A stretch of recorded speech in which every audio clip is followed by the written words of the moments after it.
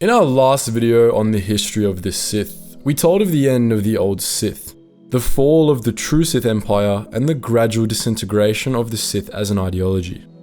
For over 1,000 years after the time of Darth Decius, it seemed that the Sith were gone for good and the Republic had peace. But the Sith weren't totally extinct. Darth Decius was indeed the last Dark Lord of the Sith for a millennium and a half, but scattered Sith cults endured, hidden across the Outer Rim, and at least one lineage of Sith Lords remained, tracing its roots back to the Sith Triumvirate. They would see a resurgence 2,000 years before the Battle of Yavin, when a new Dark Lord of the Sith arose, one who would change the Sith and galactic history forever.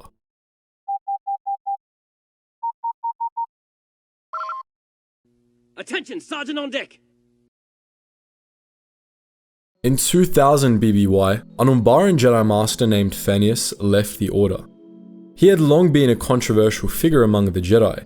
He was intelligent and charismatic, earning him the respect of many of his peers, but he held solipsistic views that the Jedi Council condemned as heterodox, arguing that he was the only person he could be sure really existed.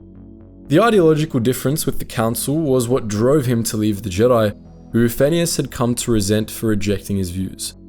He became determined to make them all pay for what he saw as their ignorance of his enlightened beliefs, and so he sought out the remnants of the Sith.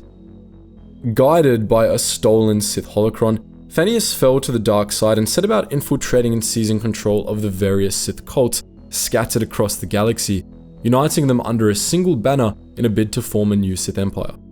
Once he had gathered all the remnants of the Sith, he claimed the ancient title of Dark Lord of the Sith, taking the name Darth Ruin and revealing himself to the galaxy.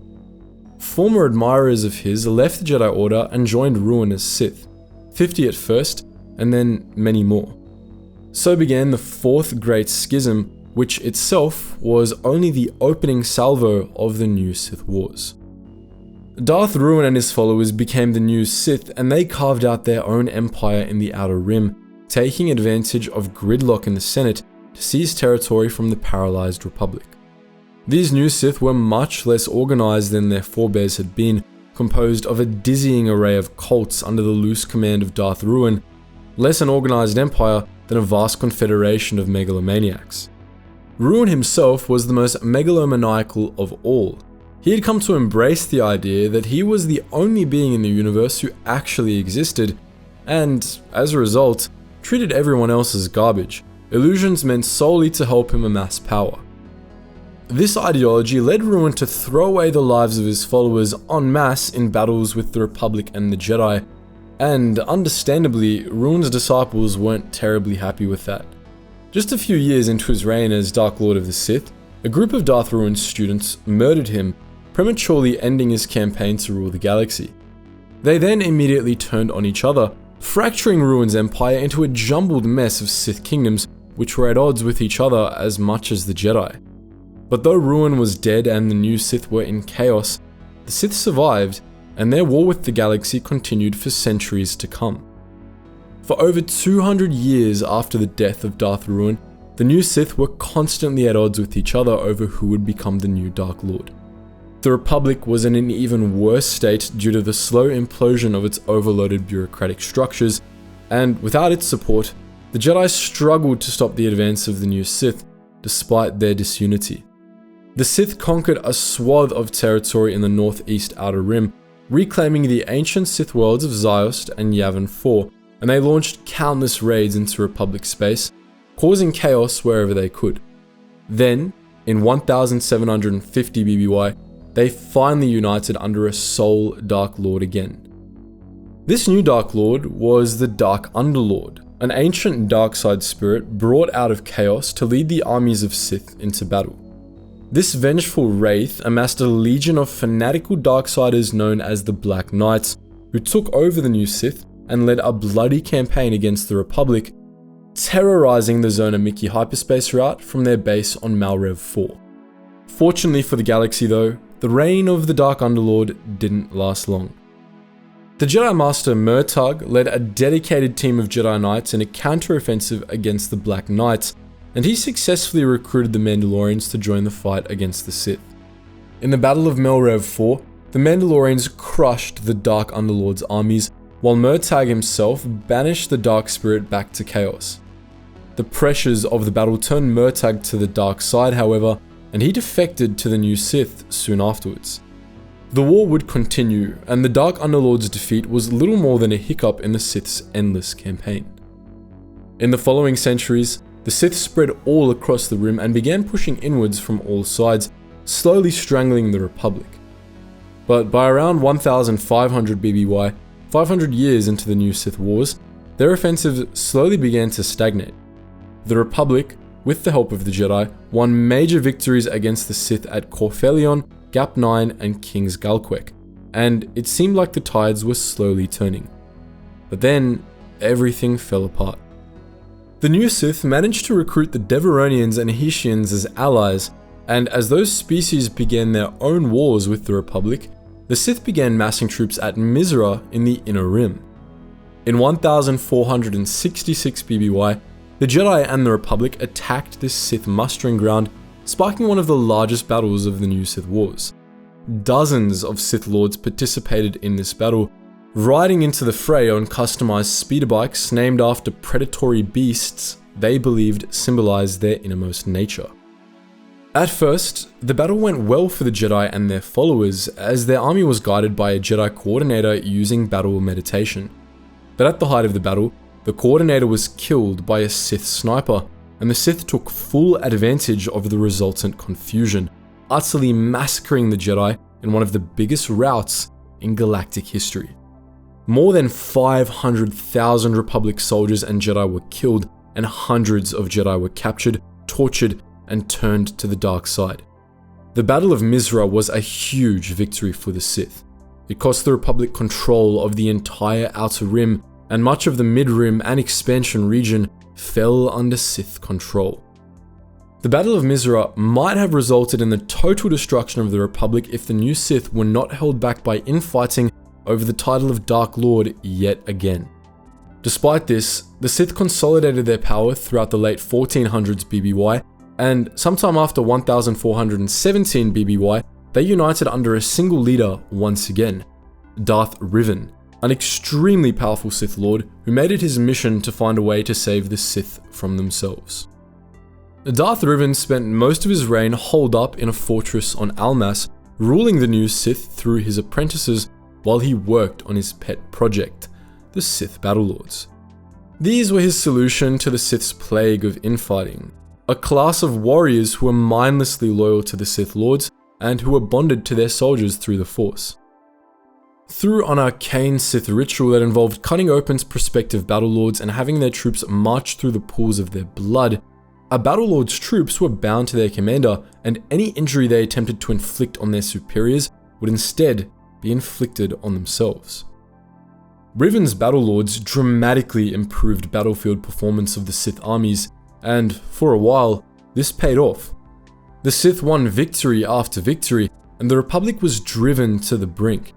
But the Battlelords couldn't fix the new Sith's true problem, the Sith ideology itself, which demanded infighting and competition. Ultimately, Revan was slain by his own apprentice, and the Sith were forced to stop using Battlelords once the Jedi started targeting them to free their bonded soldiers, who usually had no loyalty to the Sith after being forced into these rituals.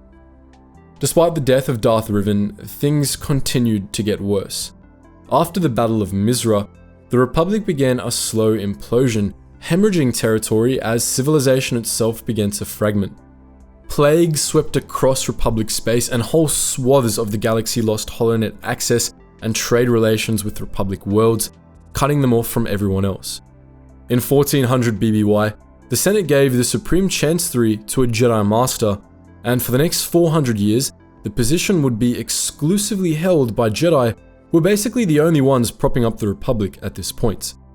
Some Jedi took command of the sectors the Republic had left behind, becoming Jedi Lords and establishing their own personal militaries to fend off pirates and Sith. After Darth Revan, the next Dark Lord of the Sith was a Shido shapeshifter named Belia Dazu. She rose to power sometime before 1250 BBY, and in her secret fortress on Tython, she created a plague worse than anything that had struck the Republic so far. Dazu's creation was the nanogene spore, a product of Sith alchemy, an insidious technovirus that caused those who came into contact with it to grow mechanical tumors which steadily cannibalized their hosts, turning their flesh into metal and lobotomizing them. The victim of Dazu's plague became zombie-like monsters of twisted metal, techno-beasts loyal only to Dazu herself. She assembled an army of techno-beasts called the Meta-Necrons and led them into battle against the Republic and the Jedi in the 20 years Sith's Wars, which lasted from 1250 BBY to 1230 BBY. Dazu terrorized the galaxy with her techno-beast plague, which even Jedi were vulnerable to. She was only defeated when the Murkrosa Order, who were ostensibly allies of the new Sith, got upset at the Meta-Necrons encroaching on their territory and assassinated Dazu. But her followers fought on, and the Sictus Wars ended in a victory for the new Sith, though the threat of the Techno-Beast plague was eliminated. The new Sith, though leaderless once more, capitalized on their victory in the Sictus Wars, pushing ever deeper into Republic space. By 1100 BBY, the Republic was all but completely crushed, and Coruscant itself was at the mercy of the Sith. But in their moment of triumph, the Sith destroyed themselves once again, as the Sith Lords squabbled over who would become Dark Lord of the Sith once Coruscant had fallen. This time, the result was an all-out Sith civil war, which annihilated the new Sith Empire and greatly diminished the strength of the Sith. But the Republic was unable to capitalize on the Sith civil war. It was a shadow of its former self at this point, with only the core, the colonies, and pockets along the major hyperspace routes remaining in its control. Most of the galaxy was thrown into total anarchy, with neither the Republic nor the Sith strong enough to lay claim to them. This lasted for nearly 100 years, a century known as the Republic Dark Age. In this time, the only hope for the galaxy was the Jedi Lords, who kept the squabbling Sith warlords away from their protectorates.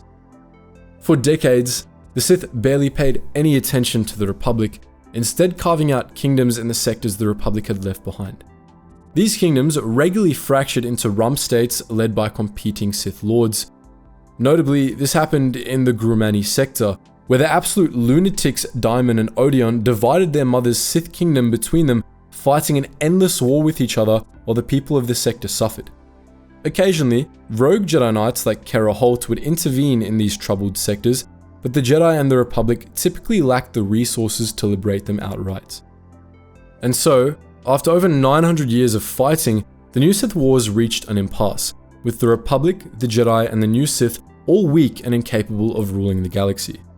The new Sith had the opportunity every Order of Sith before them had dreamed of, but the individualistic and hyper-competitive nature of the dark side was holding them back, turning them against each other.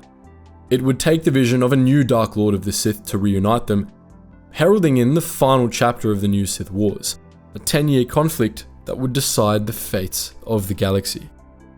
But that's the story for next time, namely next episode when we discuss the rise and fall of the Brotherhood of Darkness. But what do you think?